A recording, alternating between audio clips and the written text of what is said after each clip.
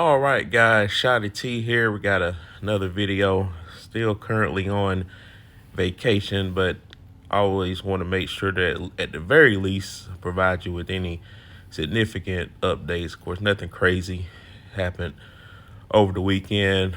We won our versus, finished fourth in the tier, stayed in gold, and we got an opponent this week that's pretty competitive. But as far as from a season related standpoint, of course, we preparing ourselves for the Copper War, which actually takes place this week. And for those that are in other servers, you have the equivalent. You got your, I think, rare soil war,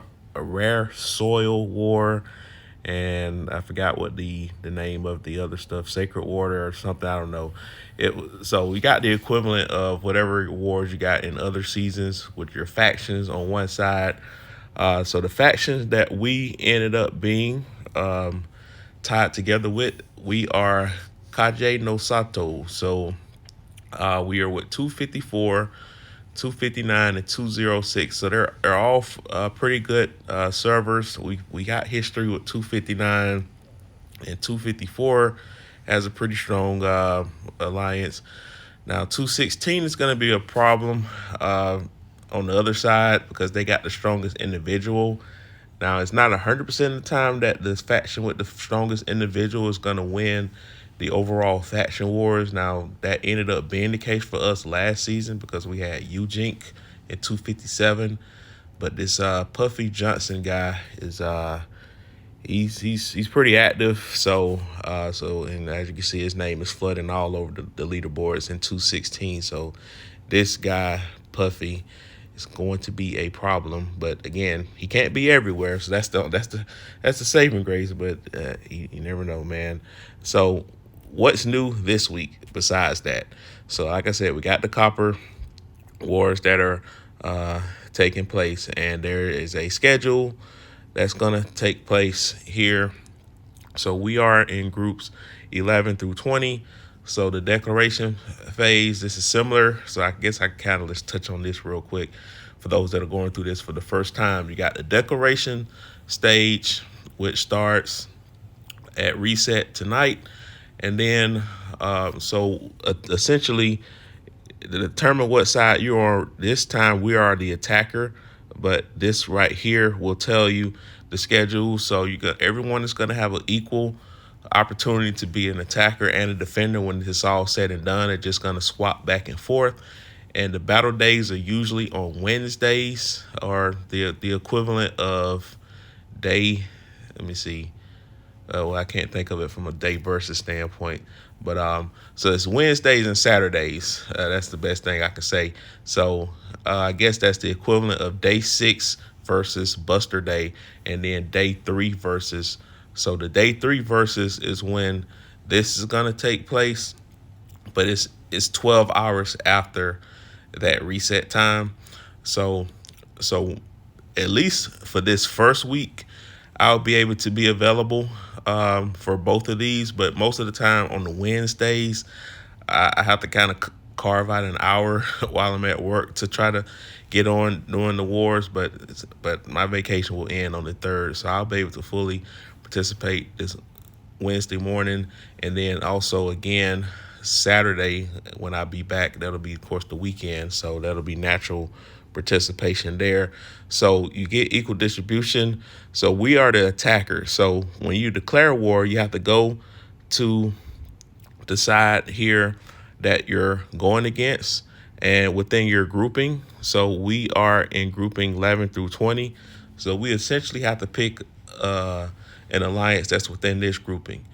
And if it's heads up, we don't have to worry about anyone helping them out directly. But if we double team with another alliance, then the whoever's being double teamed has an option to pick a team to team up with them within that same grouping. So that's the invitation stage, by the way. So if we, like, let's say hypothetically, this alliance here that's 8.1 billion, because I'm pretty sure a lot of people probably want to target that alliance because they're low in power. But if 3 people decide to declare war against them, that means they can invite two other alliances within this grouping to fight them. And I would be a betting man to say they'll probably invite this alliance to help them out because they're the strongest within the group, and then they might even invite this alliance. So you're still going to be facing some strength. So you don't. So ideally, the other side, if you're the attacker, especially if you're in the same faction group, you want to try to coordinate it with other people within your faction group, like who's going to go after whom, because you don't want to have same people going after other and invite uh, someone from a bigger alliance to help them out. So some strategy that goes to that. But like I said, the Puffy Alliance, the free to play people, actually they 23.1 billion alliance. I mean, of course, they might have the free reign because I don't know if anyone is going to go after them individually. They might have the ability to help out someone that's being double teamed within this grouping, or who knows what they may decide to do. So that's going to be interesting. So what else we got here? This shop, of course, is reset. They brought the gold one back finally, so we will go ahead and get that.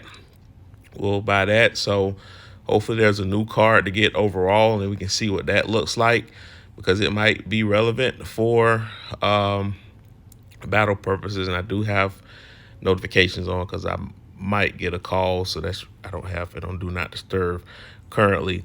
So you got that there. Of course, you got a new versus cycle with these 3 versus 1 arena. Unfortunately, I didn't finish pretty high in the Storm arena because it was pretty competitive. I did finish top 200 at least, but it was pretty tough. Of course, you got your new battle passes this week.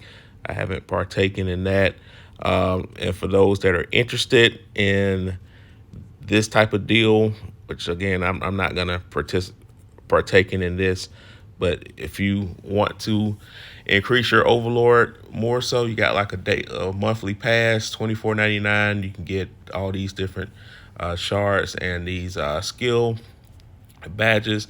You get a good chunk of them on day 1 and day 2, and then after that it's just basic distribution the rest of the days. So I don't really have a milestone to reach with my Overlord, so I'm probably just gonna stand pat where I am there. Outside of that, if you haven't already been there by now, make sure you have all your outside buildings at level 30, and then get this to level 35. Once you get that to level 35, you can start upgrading your lighthouse. And really, this is to increase your time that your light is on, the power capacity. And I'm pretty sure there's some significance to that once the copper wars start. And then the protector field, just in case you use your protectors in the field of battle, they can have extra attack boosts. So you don't want to ignore that stuff. You want to still make sure the fundamental season objectives that you're paying attention to those to get all those buildings maxed. Like I said, you should have them maxed by now. Everyone should have at least a handful of people in their alliance that they can use to ride the coattails, lack of a better word, to get to level 60. Okay. And then individually you can get your own resistance up so you can handle the individual zombies. All right. And then the last thing that's kind of new this week is that we have this Sarah situation here.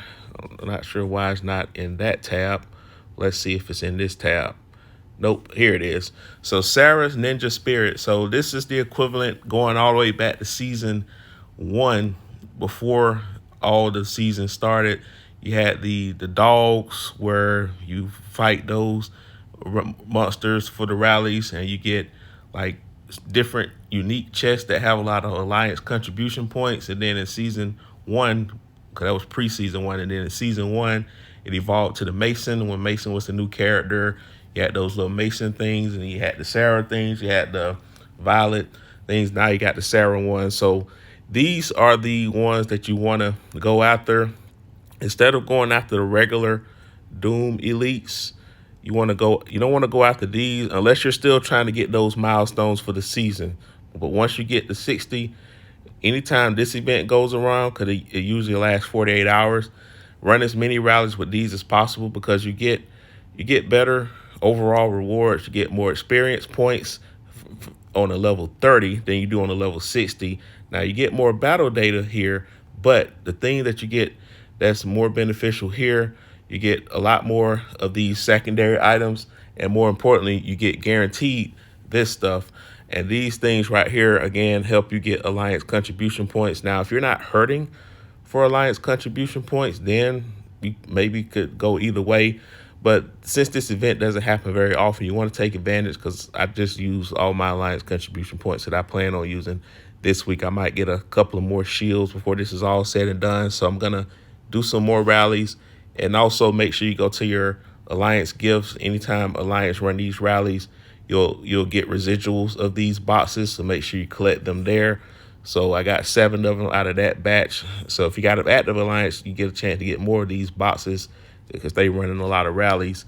And I got some contribution points, got like 600 there, and you get more Sarah shards. So you get those Sarah shards, and I should have enough to get her to 5 stars. I'll wait till day 4 versus to get her to 5 stars officially.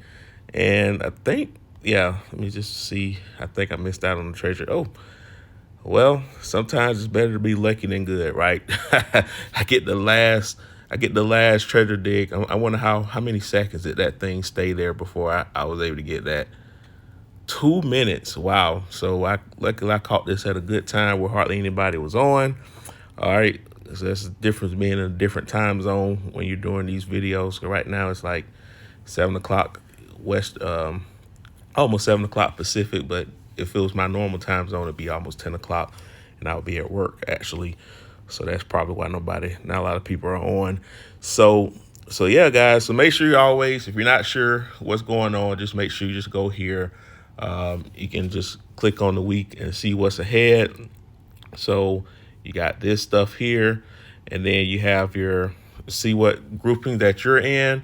Make sure you coordinate with your leaders, your alliance, or even people in your actual faction to coordinate your attacks that you're going to do for the week. And because there's a different strategy being on the attack versus being on the defense. So of course, individually as an alliance, you have to make sure that your house is in order to plan accordingly for that. So I recommend getting in contact with your leaders on that, because every alliance is going to have a different strategy. Of course, I can't tell you ours, because don't want to ruin that surprise and have people that are in the other faction watching this video and planning against our plan of attack or defense. So and then of course we got this Mahjong. It's still on level easy, so hasn't gotten escalated in difficulty just yet. If it does, I'll do another one live. But really, I'm not really worried about the speed ranking. I'm just going to make sure I just get it perfectly done, because I missed out on the perfect trying to do a speed run and missed out on one of those. So it's not worth trying to get these items here and miss out on one of these, which are harder to get. So I'm not going to do a speed run. I'm just going to do a run that'll get me the guaranteed reward. So other than that, guys, you might see me do a live Blood Night event, because as I said before, a lot of those usually happen when I'm at work or asleep. But with me being in this different time zone while I'm on vacation, I can carve out a time period where I can actually get one of those live videos in. So that way you can see what it looks like fully. But that'll do it, guys. Like, share, comment, subscribe, hit that bell notification, and I'll talk to you later.